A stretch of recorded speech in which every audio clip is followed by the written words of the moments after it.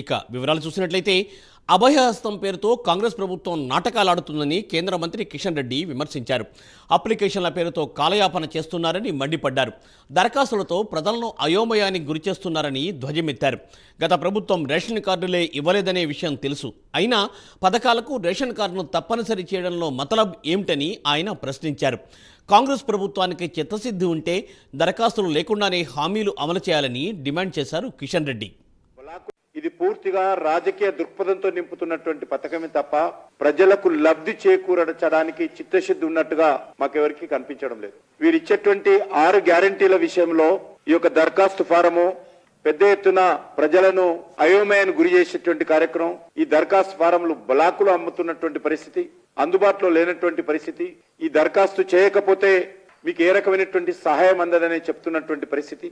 నిజంగా ప్రభుత్వానికి చిత్తశుద్ధి ఉంటే మీరు 100 రోజుల తర్వాత చేస్తారా, మీరు ఇచ్చినటువంటి హామీ ఏ రకంగా నిలబెట్టుకుంటారనేది మీ విషయం. కానీ నిజంగా మీకు చిత్తశుద్ధి ఉంటే ఈ దరఖాస్తు అవసరం లేకుండానే ప్రజలకు సంబంధించినటువంటి మీరు ఇచ్చినటువంటి హామీలు అమలు చేయడానికి అన్ని రకాలుగా అవకాశాలు ఉన్నాయి.